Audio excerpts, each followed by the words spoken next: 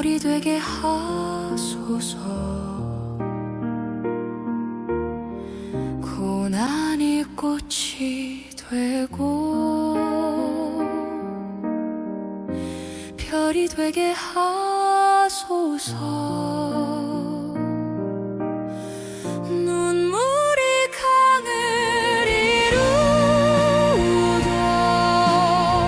상처를 예수님께 가져오면 꽃이 됩니다.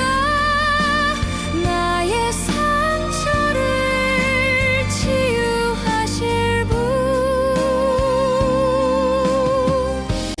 오직 예수님. 고난이 꽃이 되고 별이 되게 하소서. 어둠 속에 나의 맘 빛나게 하소서. 눈물이 강을 이루어 상처를 예수님께 가져오면 꽃이 됩니다. 나의 상처를 치유하실 분, 오직 예수님. 작은 씨앗 같은 고난 새 생명 되게 하소서. 주님의 손길 아래 기적이 되게 하소서.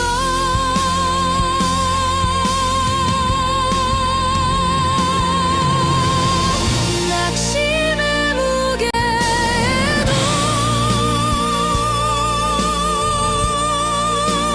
꿈은 살아나 바람이 거칠어도 숨은 멈추지 않아.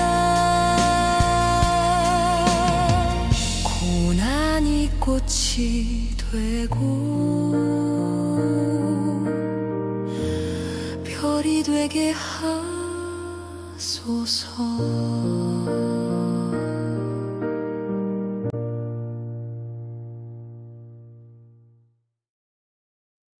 감사합니다. 2026년 2월 4일 수요기도회 사무엘하 24장입니다.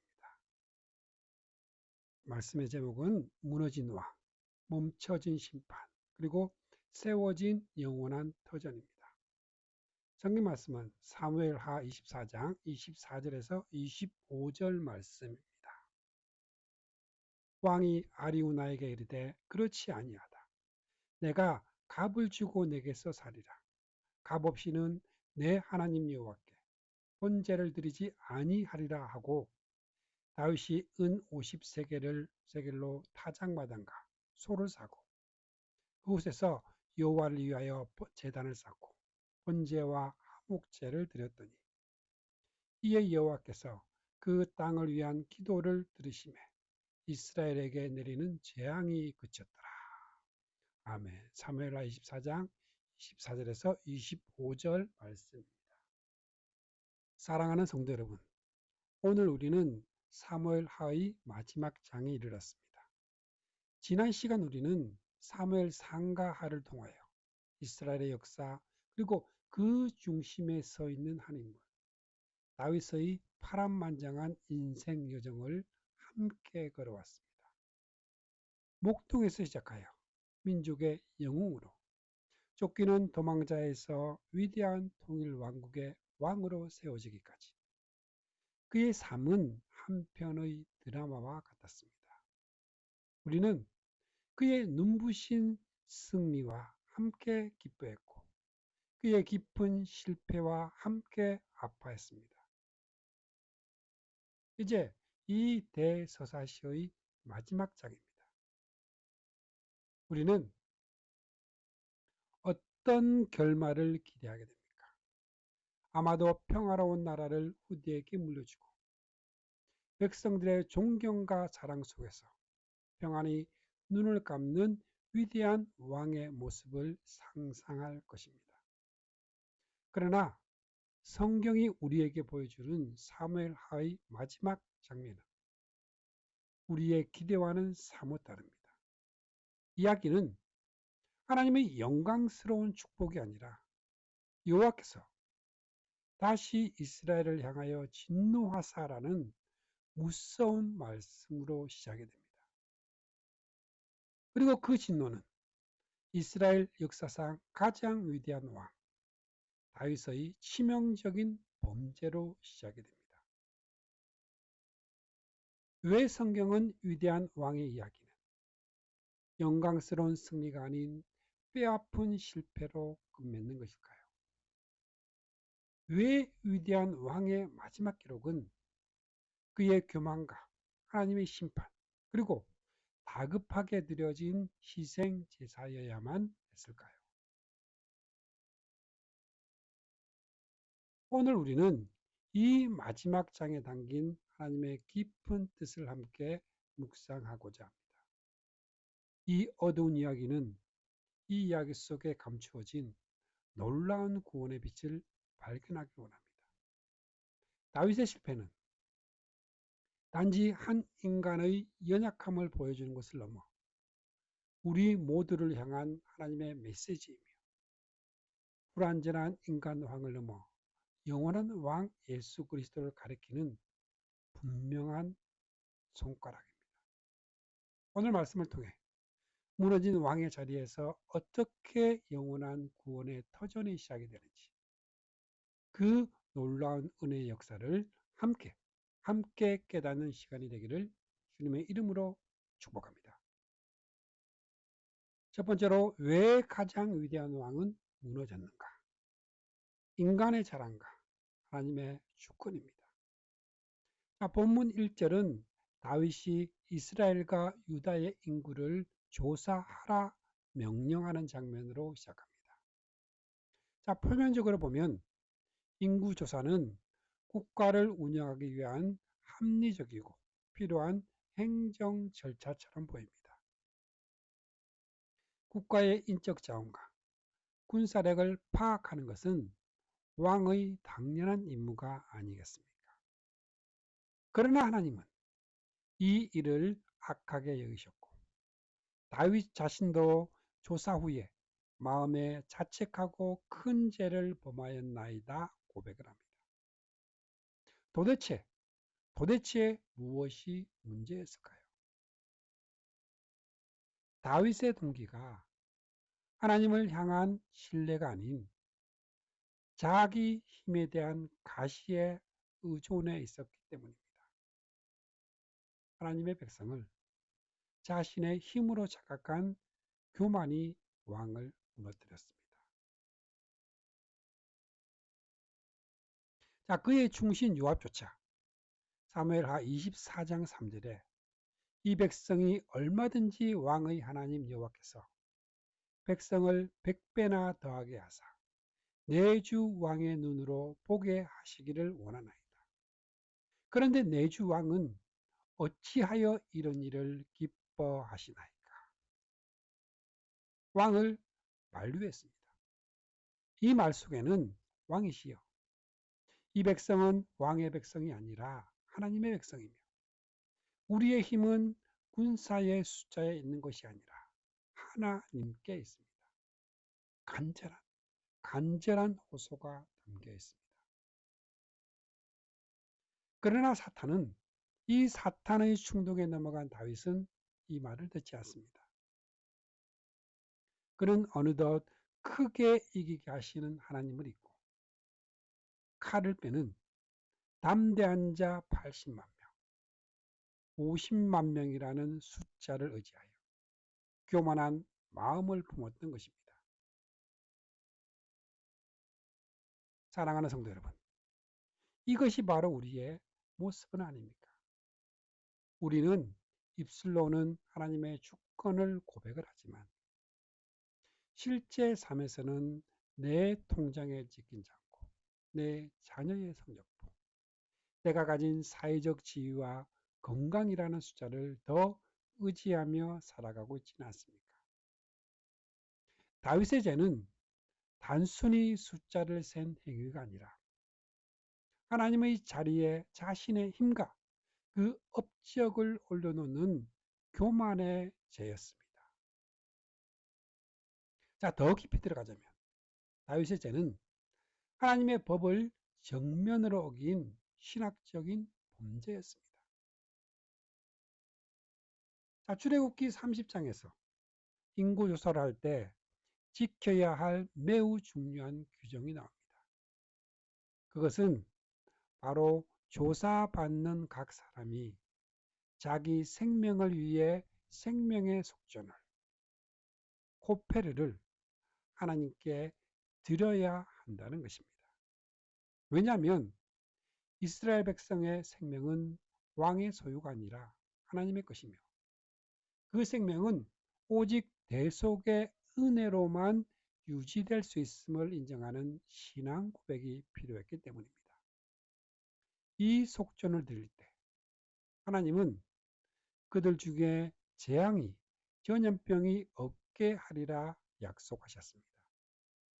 그러나 다윗은 이 모든 절차, 그 절차를 무시했습니다. 그는 백성을 자신의 소유인 양 계수했고 생명의 주인이신 하나님께 마땅히 드려야 할 속전, 그 속전을 드리지 않았습니다. 생명의 주인이 하나님이심을 고백하는 그 생명의 속전을 잊었을 때 재앙이 시작되었습니다. 그 결과 율법이 경고한 그대로 끔찍한 재앙이 이스라엘 땅에 임하게 된 것입니다. 사무엘하 24장은 우리에게 분명히 가르치고 있습니다.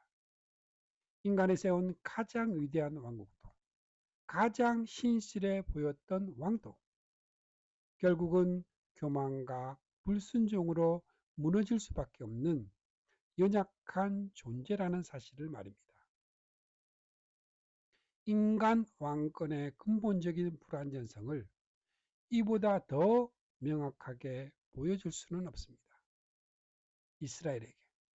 그리고 오늘을 살아가는 우리에게는 다윗과 비교할 수 없는 죄 없이 완전하시며 스스로 우리의 영원한 생명의 속전이 되어 주실 참된 왕이 필요함을 성경은 다윗의 실패를 통해 역설적으로 증언하고 있는 것입니다.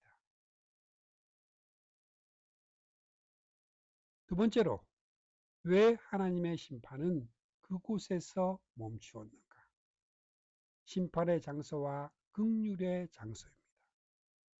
다윗의 범죄에 대한 하나님의 심판은 즉각적이고 무서웠습니다. 선지자 갓을 통해 세 가지 재앙, 7년 기근, 3개월의 전쟁 패배, 3일의 전염병 중 하나를 택하라는 명령이 주어졌습니다. 이때 다윗은 깊은 신학적 통찰이 담긴 선택을 합니다. 14절입니다. 다윗이 갓에게 이르되 내가 고통 중에 있도다.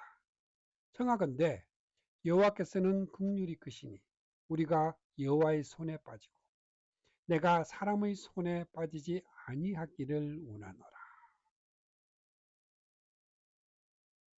그는 3일간의 전염병을 택합니다. 왜였을까요? 사람의 손에 맡겨지는 전쟁의 참혹함보다 차라리 하나님의 직접적인 징계를 받겠다는 것입니다. 왜냐하면 인간의 자비는 변덕스럽고 제한적이었지만 하나님의 손에는 징계와 함께 반드시 크신 긍휼이 있기 때문입니다. 또한 다윗은 자신이 어긴 생명의 속정 규례가 전염병과 직접적으로 연결되어 있음을 알았을 것입니다. 그는 하나님의 손에 자신을 맡김으로써 징계 속에서도 속죄를 통해 회복의 길을 열어주실 하나님의 긍휼, 그 긍휼을 붙잡았던 것입니다. 전염병은 무섭게 이스라엘 전역을 휩쓸었고 7만 명이 목숨을 잃었습니다. 이제 심판의 천사가 마지막 목표인 수도 예루살렘을 향할 때 하나님의 음성이 들려옵니다. 족하다 명하며 그의 손을 거두셨습니다. 자, 16절 중반에 보면 여호와께서 이 재앙 내리심을 뉘우치사 함께 봅니다. 백성을 멸하는 천사에게 이르시되 족하다 이제는 내 손을 거두라 하시니. 그리고 심판의 천사는 그 음성을 듣고 한 장소에 멈추었습니다. 그곳은 바로 여부스 사람 아리우나의 타작 마당이었습니다. 사랑하는 성도 여러분, 왜 하필 그곳이었을까요? 이것은 단순한 지리적 우연이 아니었습니다. 하나님께서 당신의 구속사에서 가장 중요한 장소를 바로 이 심판이 멈춘 지점으로 정하신 것입니다. 타작마당은 본래 알곡과 쭉정이를 가려내는 장소입니다. 심판과 구원이 교차하는 상징적인 공간입니다. 하나님은 심판이 정점에 이른 바로 그곳을 구원의 시작점으로 삼으셨습니다. 자, 더 놀라운 사실이 있습니다. 자, 역대하 3장 1절은 솔로몬이 성전을 건축한 장소가 바로 이 아리우나의 타작 마당이라 증언합니다. 자, 역대하 3장 1절 말씀 같이 봅니다. 솔로몬이 예루살렘 모리아산에 여호와의 전 건축하기를 시작하니 그곳은 전에 여부스 사람 우르난의 아리우나의 타작마당에 다윗이 정한 곳이라. 그리고 신학자들은 이 장소가 1000년 전 아브라함이 사랑하는 아들 이삭을 번제로 바치려 했던 모리아산과 동일한 장소라고 말을 합니다. 보십시오. 하나님의 놀라운 계획이 보이십니까? 아브라함의 모리아산, 믿음의 순종과 하나님께서 친히 준비하신 내속제물, 수장이 처음으로 드러난 장소입니다. 다윗의 타작마당, 왕의 죄로 인한 하나님의 심판이 멈추고 대속의 제사를 통해 긍휼이 선포된 장소입니다. 솔로몬의 성전, 이스라엘의 모든 죄가 용서를 받고 하나님과의 관계가 회복되는 예배의 중심지가 된 장소입니다. 하나님께서는 심판이 멈춘 바로 그 자리는 아브라함의 순종과 성전의 틀을 잇는 구원의 장소였습니다. 죄로 인한 진노가 그친 바로 그 땅을 이스라엘의 영적 심장이 될 성전의 터로 삼으셨습니다. 이는 우리에게 무엇을 말해주고 있나요? 우리의 구원은 우리의 의로움이나 성공의 자리에서 시작되는 것이 아닙니다. 우리의 구원은 내가 완전히 무너지고 하나님의 심판 앞에 설 수밖에 없는 죄인임을 깨닫는 바로 그 절망의 자리. 그러나 하나님이 족하다 하시는 긍휼의 음성이 임하는 바로 그 은혜의 자리에서 시작되는 것입니다.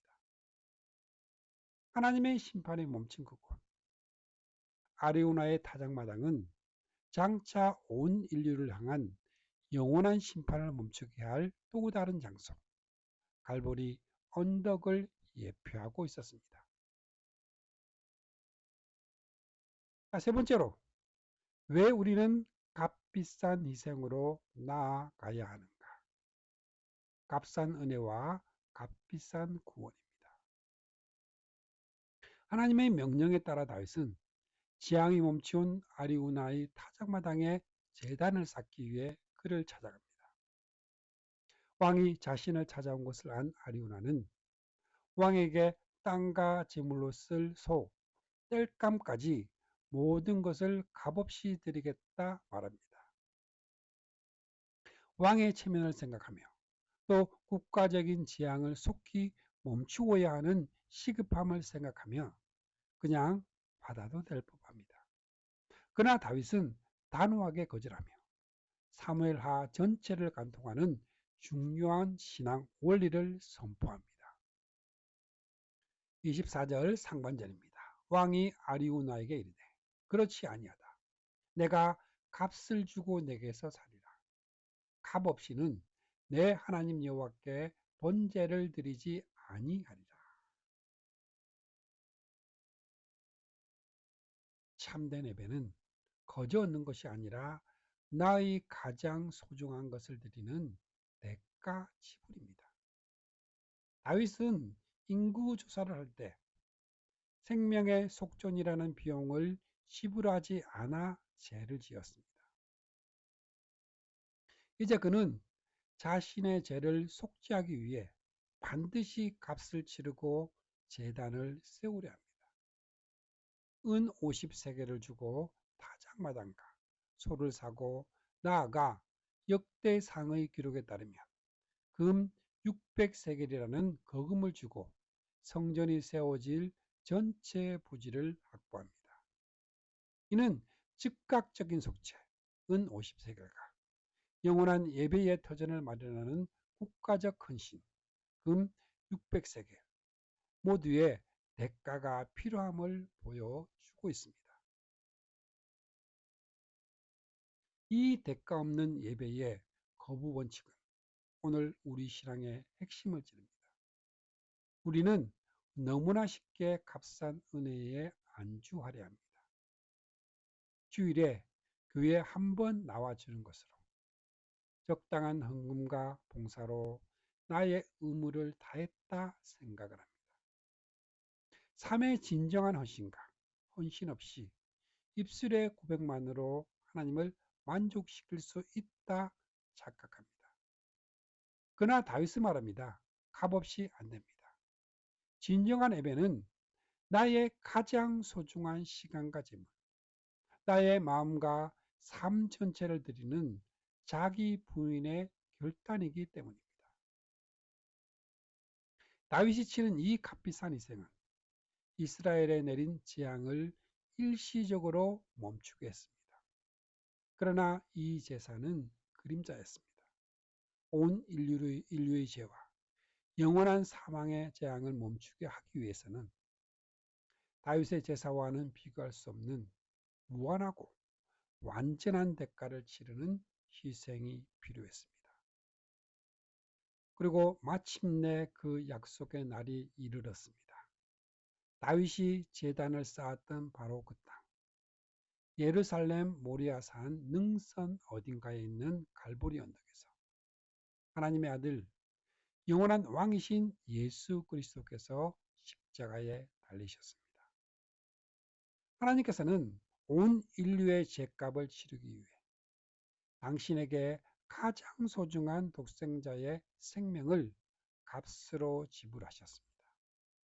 다윗은 자신의 죄를 위해 은과 금을 드렸지만 하나님께서는 인류의 영원한 재앙을 멈추기 위해 우리의 죄를 위해 하나님은 당신의 아들을 생명의 속전으로 지불하셨습니다. 이것이 바로 우리가 받는 값비싼 구원입니다. 우리가 하나님 앞에 나아갈 수 있는 유일한 길은 이 예수 그리스도의 무한한 희생의 공로를 의지하는 것뿐입니다. 이제 말씀을 마무리하겠습니다. 영원한 왕, 영원한 터전 위에 서시길 바랍니다. 사무엘하 24장은 우리에게 무엇을 말하면서 그것을 맺고 있습니까? 이스라엘의 가장 위대한 왕 다윗조차도 결국 죄로 무너질 수밖에 없는 불완전한 인간임을 보여주고 있습니다. 그의 통치는 우리에게 더 완전하고 흠 없는 영원한 왕을 소망하게 만듭니다. 다윗의 범죄로 인한 하나님의 무서운 심판은 그러나 심판으로 끝나지 않고 아리우나의 타작 마당에서 멈추었습니다. 그리고 심판이 멈춘 바로 그 자리는 아브라함의 순종과 다윗의 속죄를 거쳐 장차 오실 예수 그리스도의 십자가를 통해 완성이 될 영원한 구원의 터전이 되었습니다. 다윗의 마지막 사명은 화려한 제국을 건설하는 것이 아니라 자신의 처절한 실패와 그 해결을 통해 값비싼 대가를 치러 장차 세워질 성전의 터, 예수 그리스도께서 완성하실 구원의 기초를 마련하는 것이었습니다. 인간 왕의 이야기는 실패로 끝나는 듯 보이지만 그 실패의 자리에서 하나님은 당신의 아들, 영원한 왕이 세우실 하나님의 나라의 초석을 놓고 계셨던 것입니다. 인간 왕의 실패는 결코 무너지지 않는 영원한 왕과 그 나라를 소망하게 만듭니다. 사랑하는 성도 여러분, 오늘 우리의 삶은 어디에 서 있습니까? 여전히 다윗처럼 나의 힘과 나의 소유를 계수하며 그것을 의지하는 교만의 자리에 서 있습니까? 아니면 나의 죄와 무력함을 깨닫고 하나님의 심판이 멈춘 은혜의 장소, 그 십자가 앞에 엎드려 있습니까? 사무엘하는 우리를 다윗에게서 예수 그리스도께로 인도하며 끝을 맺습니다. 우리의 소망은 세상의 그 어떤 위대한 지도자나 성공에 있지 않습니다. 우리의 유일한 소망은 우리의 죄를 대신해 값비싼 생명의 속전이 되어주신 영원한 왕 예수 그리스도 한 분뿐입니다. 십자가는 우리의 모든 심판을 멈추고 하나님의 긍휼이 시작되는 영원한 타작 마당입니다. 오늘 이 밤 우리의 무너진 마음을 가지고 주님 앞에 나아갑시다. 값싼 위로가 아닌 값비싼 십자가의 은혜를 붙들고 우리의 삶을 영원한 구원의 터전이신 예수 그리스도 위에 굳건히 세워나가는 저와 여러분이 될 것을 확신하며 다 함께 통성으로 기도하겠습니다. 아멘.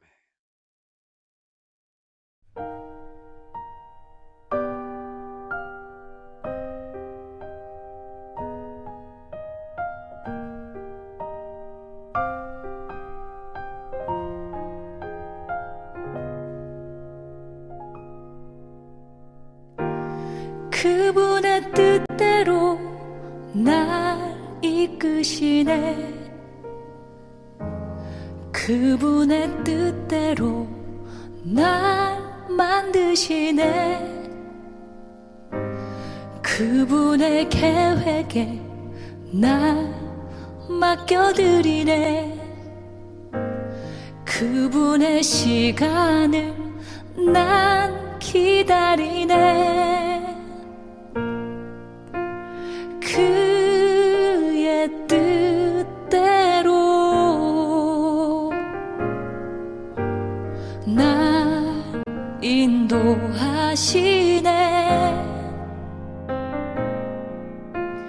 그의 뜻대로 나를 세워 주시네.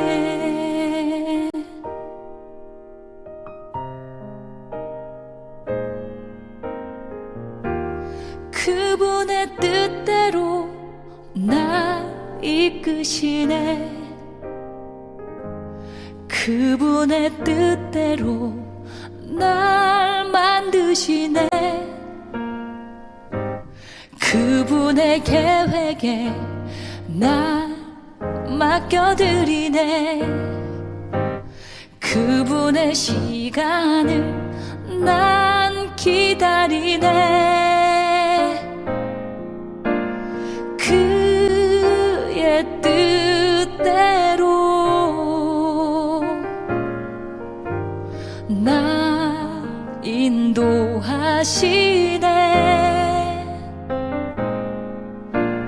그의 뜻대로 나를 세워주시네.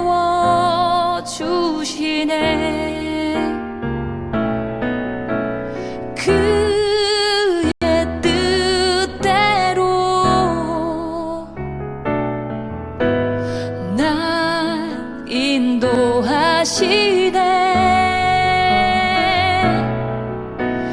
그의 뜻대로 나를 세워주시네.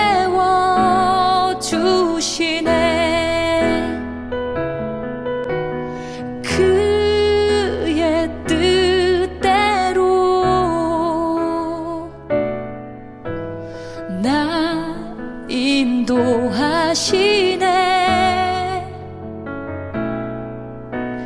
그의 뜻대로 나를 세워주시네.